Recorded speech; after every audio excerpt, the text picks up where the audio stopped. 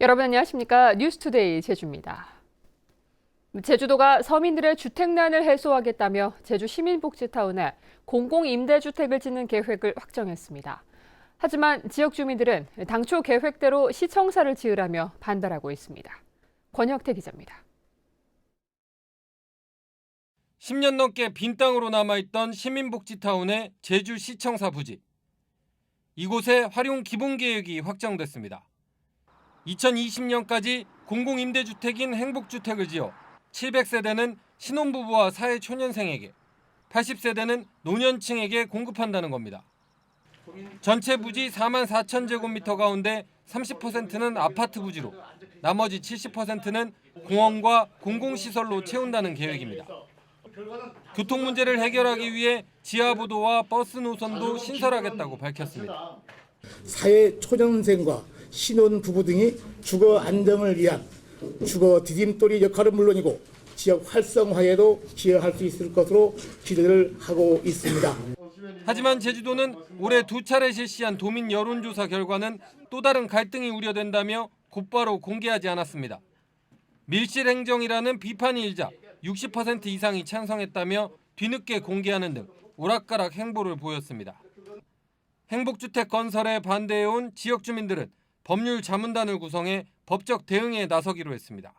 시청사 조성 당시는 이쪽에 있는 도남에 살고 있는 그 원토지 주들이 말 그대로 그 반강제로 수용당하다시피 해서 그것을 제공한 땅입니다. 우리 원도지사 앞으로 퇴진운동에 적극 우리가 힘을 다 쏟을 겁니다.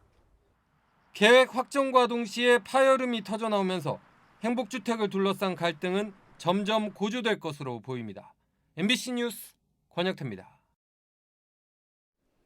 오라 관광단지 사업자인 JCC가 지하수 사용량을 15%가량 줄이고 콘도미니엄 건물 높이를 3층에서 2층으로 낮추는 사업계획 보완서를 제주도 의회에 제출했습니다. JCC는 제주 하수처리장 증설 이후 공공하수관 연결을 검토하기로 했지만 지하수 대신 상수도를 쓰는 것은 어렵다고 밝혔습니다. 도의회는 이르면 오는 12일부터 열리는 임시회에서 환경영향평가 동의안을 재심사할 계획입니다. 고병원성 조류인플루엔자 AI의 확산을 막기 위해 도내 모든 소규모 농가의 닭을 사들여서 없애는 수매 도태가 시작됐습니다. 소규모 농가는 방역이 어렵다 보니 예방 차원에서 미리 없애야 한다는 건데 농민들은 현실과 동떨어진 정책이라며 반발하고 있습니다. 보도에 이소현 기자입니다. 방역복을 입은 사람들이 닭장 안으로 들어갑니다. 그물망으로 살아있는 닭을 모두 잡아 포대에 담습니다. 이처럼 도내 곳곳에서 소규모 가금류 농가를 대상으로 이 수매 방식의 도태 작업이 이루어졌습니다. 마당 한켠에서 소일거리 삼아 애지중지 닭을 키워왔던 주인은 착잡한 심정입니다. 많이 울었어요. 그리고 애들이 가서 잘 살면 모르는데 또 그렇게 살처분한다니까 또 가슴이 아프고. 수매 가격이 시세보다 낮은 것도 불만입니다. 토종닭 음식점에서는 백숙으로 만들어 한 마리에 6만 원씩 팔고 있는데 수매가는 절반밖에 안 된다는 겁니다. 무조건 뭐 애라고 무조건 다 잡아. 뭐 대책도 없이 여기 하면 우리 같은 소규모적인 사람들은 어떻게 먹고 살라는 거지. 그 의문스러운 거죠. 제주 지역에 가금류 100마리 미만을 사육하는 소규모 농가는 367가구. 제주도는 이들 농가에서 사육하는 5,800여 마리를 사들여 매몰하거나 갈아서 없애기로 했습니다. 고병원성을 확산을 방지하기 위해서 이제 사람이 소규모 농가들은 방역 체계도 안 되고 계속 왔다 갔다 이동하는 농가주들이 이동 경로가 많잖아요. 하지만 관상용이나 반려동물로 가금류를 키우는 농가는 강하게 거부하고 있는 상황. 수매 도태를 법적으로 강제할 방법도 없어 앞으로 추진 과정에서 진통이 예상됩니다. MBC 뉴스 이소연입니다. 제주 지역에서 고병원성 AI가 더 이상 확산되지는 않고 있는 것으로 나타났습니다. 제주도는 AI가 발생한 전북 군산의 오골개를 사들인 농가 등 74곳에 대해 간이 검사를 한 결과 지난 5일 3곳이 양성 반응을 보인 이후 추가로 양성 반응을 보인 농가는 없었다고 밝혔습니다. 또 군산에서 들어온 오골개 160마리 가운데 153마리는 행방이 확인됐습니다. 한편 어제부터 살아있는 닭과 오리 등 가금류의 다른 지방 반출은 금지됐지만 고기는 임상검사에서 이상이 없으면 반출이 허용됩니다. 스포츠라고 하면 텔레비전에 나오는 프로 선수들의 경기만 생각하시는 분들도 계실 텐데요. 스포츠를 즐기면서 건강을 다지는 동호인들의 축제인 전국 생활체육대축전이 제주에서 개막했습니다. 김찬영 기자입니다. 백발이 성성한 어르신들이 운동장을 질주합니다. 젊은 선수들만큼 빠르진 않지만 수비수를 따돌리는 발재간은 선수 못지않습니다. 모두 환갑을 넘긴 전국 생활체육대축전의 실버부 축구 선수들입니다. 평소에도 내가 좋아하니까 매일 운동도 조금씩 하고 이러니까 또 이렇게 제주도까지 이러고 시합도 하고 하니까 재밌습니다. 얼핏 보기엔 동네 당구장처럼 보이는 이곳도 생활체육 종목의 정식 경기장입니다. 아슬아슬하게 빗나가거나 운 좋게 공이 맞으며 게임에 흥미를 더합니다. 오는 11일까지 나흘 동안 열리는 이번 대축전에는 전국 17개 시도에서 온 선수 2만여 명이 참가하고 있습니다. 선수들의 평균 나이는 47살. 구기 종목은 물론 등산과 스킨스쿠버 등 43개 종목이 진행됩니다. 지난 2001년 이후 16년 만에 제주에서 열리는 축전에는 자원봉사자 1,500여 명이 경기 운영을 돕고 있습니다. 해드릴 건 없고 물봉사, 차 주차도 좀 단속도 해드리고요. 예, 그렇게 주위에 쓰레기라든지 그런 단속을 하려고 참여했습니다. 대규모 선수단이 제주를 찾으면서 공항과 항만의 방역이 강화된 가운데 정부는 닭이나 오리를 키우는 농가는 대회 참여를 자제해달라고 요청했습니다. MBC 뉴스 김찬년입니다. 요즘 제주에서도 고급 수입 승용차들이 눈에 띄게 많이 늘었는데요. 수입차가 늘면서 정비나 사후 관리를 둘러싼 분쟁도 잇따르고 있습니다. 보도에 김항섭 기자입니다. 한 남성이 벤츠 승용차 위에서 춤을 춥니다. 망치로 차량을 부수려다 판매업체가 업무방해 혐의로 신고하겠다고 하자 춤을 추며 항의 시위에 나선 겁니다. 이 남성은 석 달 전 7천여만 원을 주고 산 차량이 시동이 제대로 걸리지 않는다며 새 차로 교환해달라고 요구했습니다.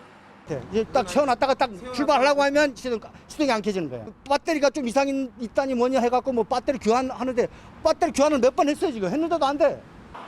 업체 측은 교환할 만큼 중대한 결함은 아니라는 입장입니다.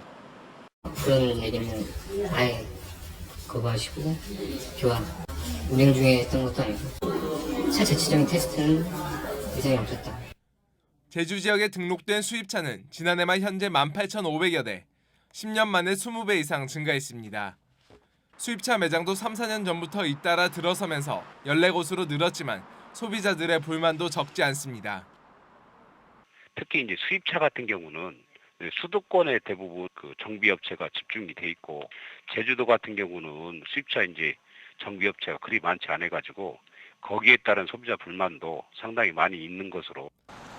전국적으로 수입차 관련 분쟁이 연간 200여 건에 이르면서 소비자와 판매업체의 갈등도 커지고 있는 상황. 제주에서도 수입차가 급증하고 있는 만큼 정비 인프라와 서비스 개선이 시급해 보입니다. MBC 뉴스 김항섭입니다.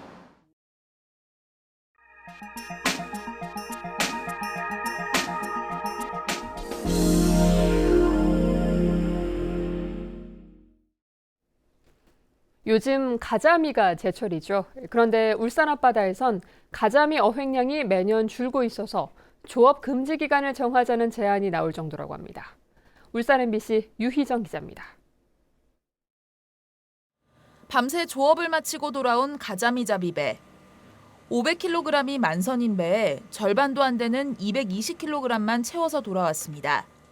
기본도 못하면은 그래도 월급은 줘야 하잖아요. 선주가 배 운영하는 사람이. 그것도 못 맞추는 배들이 많아요. 그러니까 이제 손해가 나는 거죠. 배를 운영하면서. 2014년 2,651톤까지 기록했던 울산 지역의 가자미 어획량은 2년 만에 20% 넘게 감소했습니다. 이처럼 갈수록 줄어드는 가자미의 어족 자원을 보호하기 위해 금어기를 설정하는 방안도 추진되고 있습니다. 산란기인 3월 전후만이라도 고기를 잡지 말자는 겁니다. 어획이 이제 좀 늘어나야 어민들도 살아갈 수가 있다 아닙니까? 금지 기간하고 세장하고를 좀 정해가지고 중앙정부에다 이제 건의를 해달라고 부탁을 한 거고요. 조업 금지는 법률로 정하기 때문에 지자체인 울산시에는 권한이 없습니다. 건의가 이어지자 해양수산부가 어족자원 조사를 추진하겠다고 밝혔지만 아직 실행에 옮기진 않고 있습니다. 조업 금지 기간을 정하는 것 자체를 반대하는 의견이 적지 않은 것도 걸림돌입니다. 울산시는 일단 어민들 간에 자율적으로 조업량을 관리할 수 있도록 장려하겠다는 입장이지만 얼마나 효과가 있을지는 미지수입니다. MBC 뉴스 유희정입니다.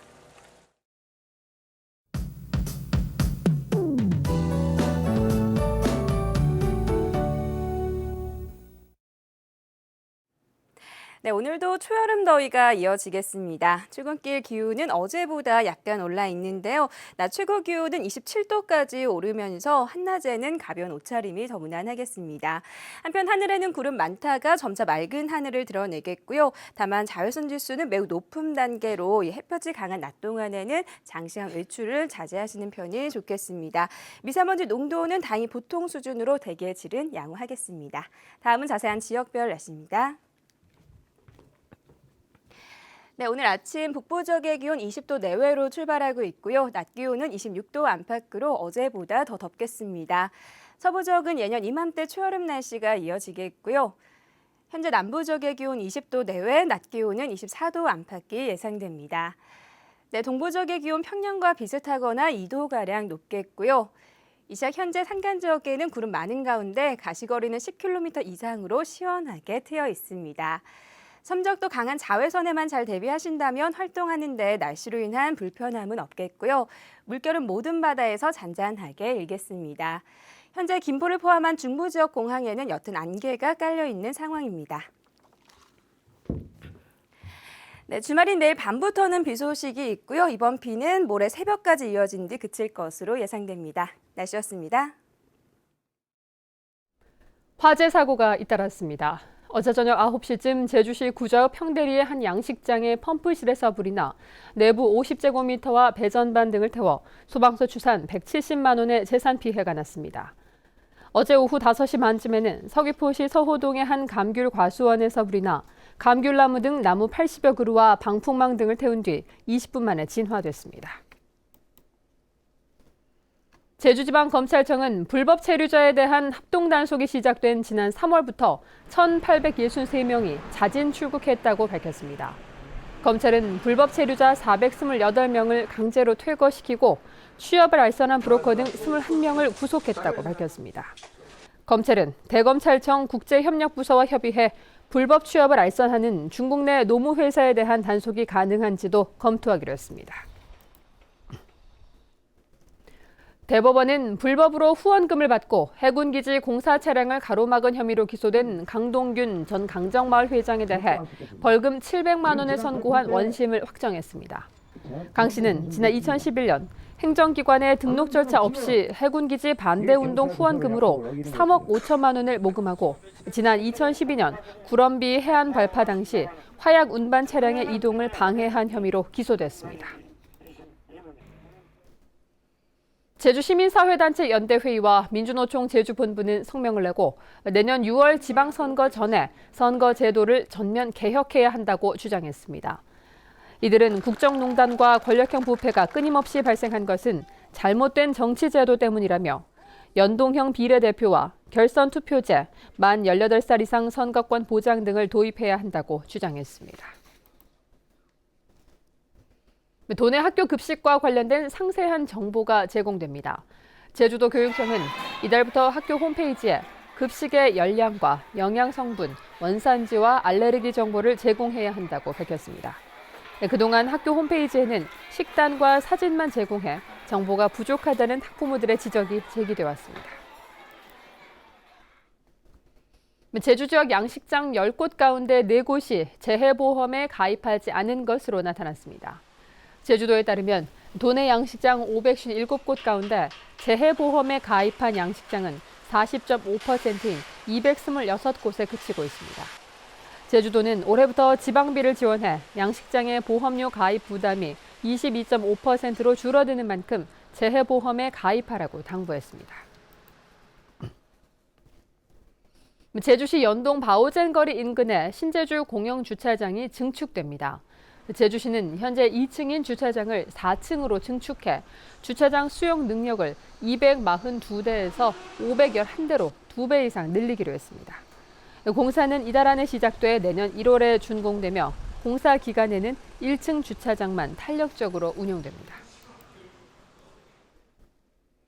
치매 질환 유전자를 가진 복제돼지가 세계 최초로 우리나라에서 개발됐습니다. 제주대 줄기세포연구센터와 국립축산과학원 공동연구팀은 치매 질환을 유발하는 유전자 3개를 발현하는 시스템을 제주 흑돼지 세포에 적용해 복제돼지를 개발하는 데 성공했다고 밝혔습니다.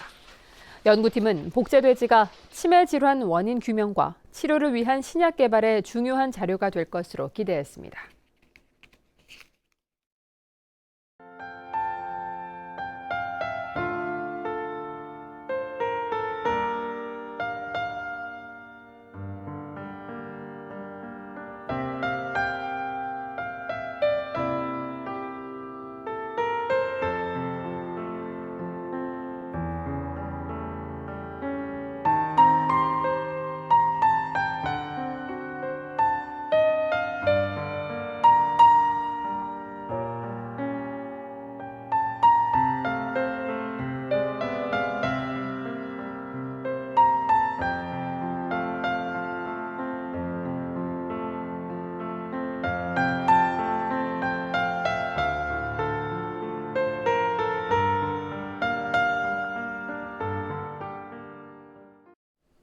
뉴스투데이 제주였습니다. 여러분 고맙습니다.